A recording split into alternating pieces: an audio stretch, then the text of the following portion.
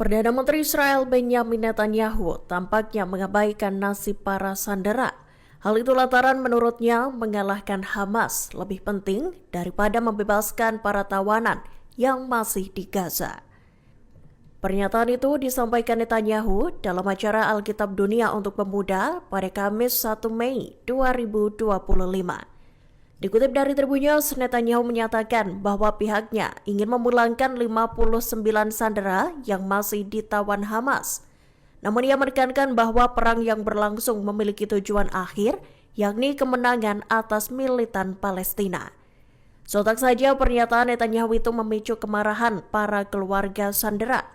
Bukan tanpa sebab, menurut para keluarga sandera, pernyataan Netanyahu itu mengabaikan keselamatan dan pembebasan tawanan Israel.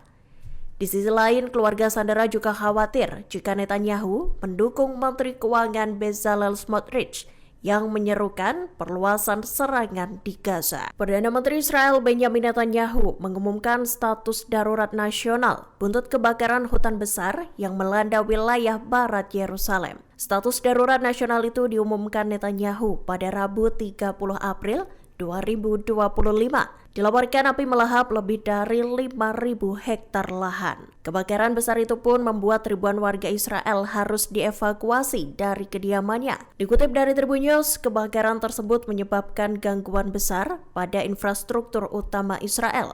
Diketahui, api mulai berkobar di dekat Beit Shemesh dan dengan cepat menyebar ke arah Yerusalem. Persebaran api itu kian cepat lantaran cuaca yang panas, kering, serta angin kencang. Api tampak membakar hutan pinus dan semak-semak belukar. Akibatnya, asap tebal menutupi jalan raya utama antara Yerusalem dan Tel Aviv.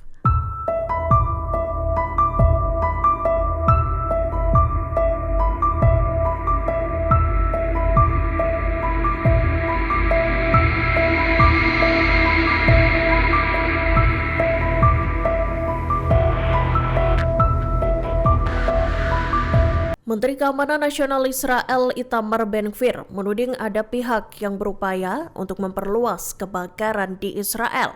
Seperti diketahui, api membakar hutan di dekat Yerusalem dan kian meluas lantaran cuaca kering dan angin kencang. Namun sejumlah pejabat pemerintahan Israel menuding warga Palestina melakukan pembakaran untuk memperluas kobaran api. Dikutip dari Tribun News, tudingan itu pun turut dilayangkan oleh Itamar Ben-Gvir. Ia menyatakan bahwa polisi Israel menangkap seorang warga Yerusalem Timur yang dituduh melakukan pembakaran ladang di selatan kota. Ben-Gvir menambahkan para pelaku pembakaran harus mendapatkan hukuman paling berat.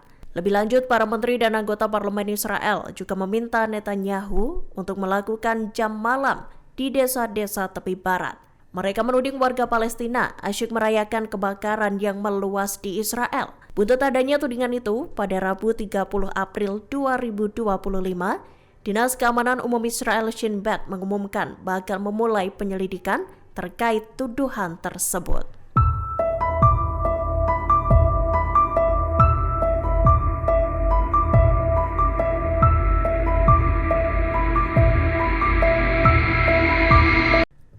Houthi Yaman menembakkan rudal balistiknya ke Israel Jumat 2 Mei 2025 pagi.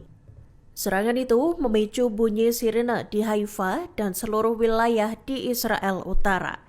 Militan Yaman itu dilaporkan menggunakan rudal balistik hypersonic Palestine II. Dikutip dari The Times of Israel, juru bicara Houthi Yahya Sari menjelaskan bahwa rudal balistik itu diluncurkan ke arah pangkalan udara Ramat David. Sari mengklaim serangan itu sukses mencapai targetnya dan gagal dicegat IDF. Meski begitu, militer Israel malah mengklaim telah berhasil menepis serangan rudal itu. Puing-puing hasil intersepsi rudal itu dikabarkan menembus atap sebuah taman kanak-kanak di Kibbutz Mismar HaEmek. Dilaporkan pula peringatan dini telah dikeluarkan Israel sebelum akhirnya sirene berbunyi kencang selama 6 menit. Meski begitu, tak ada laporan mengenai korban luka dalam serangan tersebut. Sayap militan Hamas Brigade Al-Qassam melancarkan penyergapan besar-besaran di Rafah. Mereka mengumumkan operasi tingkat tinggi di lingkungan Tal Al-Sultan. Dalam sebuah pernyataan, Al-Qassam menjebak pasukan lapis baja Israel ke dalam penyergapan di Jalan Al-Tarayan. Diketahui, pasukan Zionis yang masuk perangkap terdiri dari 4 kendaraan militer Hammer dan truk militer Amulisa.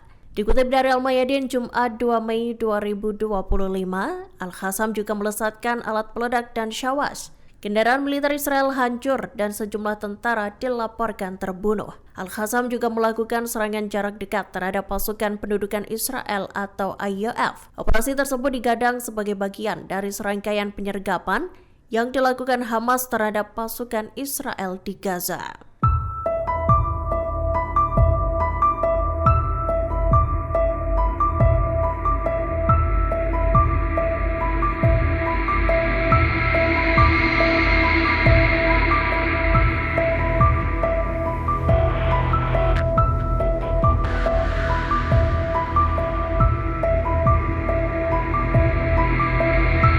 Tak hanya dilanda kebakaran hutan, Israel juga mengalami badai pasir dahsyat. Diketahui badai pasir itu terjadi di wilayah Beersheba di Gurun Negev, Israel Selatan. Dalam video yang beredar, kota di wilayah tersebut bak ditelan oleh awan debu besar. Langit yang semula biru pun berubah menjadi oranye dan abu-abu.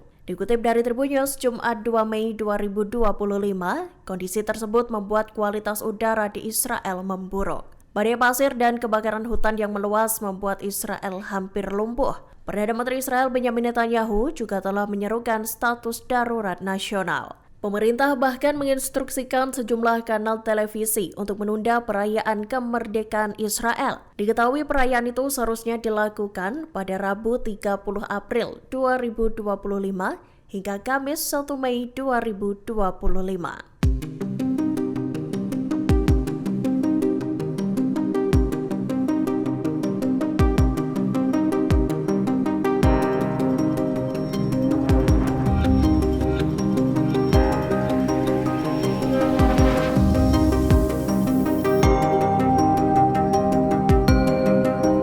Hamas menanggapi tudingan bahwa pihaknya terlibat dalam kebakaran hutan yang melanda Israel. Bantahan itu disampaikan anggota Biro Politik Hamas Bassem Naim dalam pernyataannya. Diketahui bantahan itu dilayangkan selesai Israel mengumumkan penangkapan 18 orang yang dituding melakukan pembakaran di Israel. Perdana Menteri Israel Benyamin Netanyahu pada Kamis 1 Mei 2025 mengatakan bahwa belasan terduga pelaku itu berasal dari Yerusalem Timur. Mereka ditahan atas dugaan menghasut aksi pembakaran secara daring. Dikutip dari Newsweek, Bassem Naim menegaskan bahwa pihaknya tak mengetahui identitas sejumlah orang yang ditahan itu. Namun ia meyakini bahwa mereka tak ada kaitannya dengan Hamas. Naim bahkan meragukan pernyataan Israel yang menuding adanya campur tangan Hamas dalam kebakaran hebat yang melanda dekat wilayah Yerusalem itu.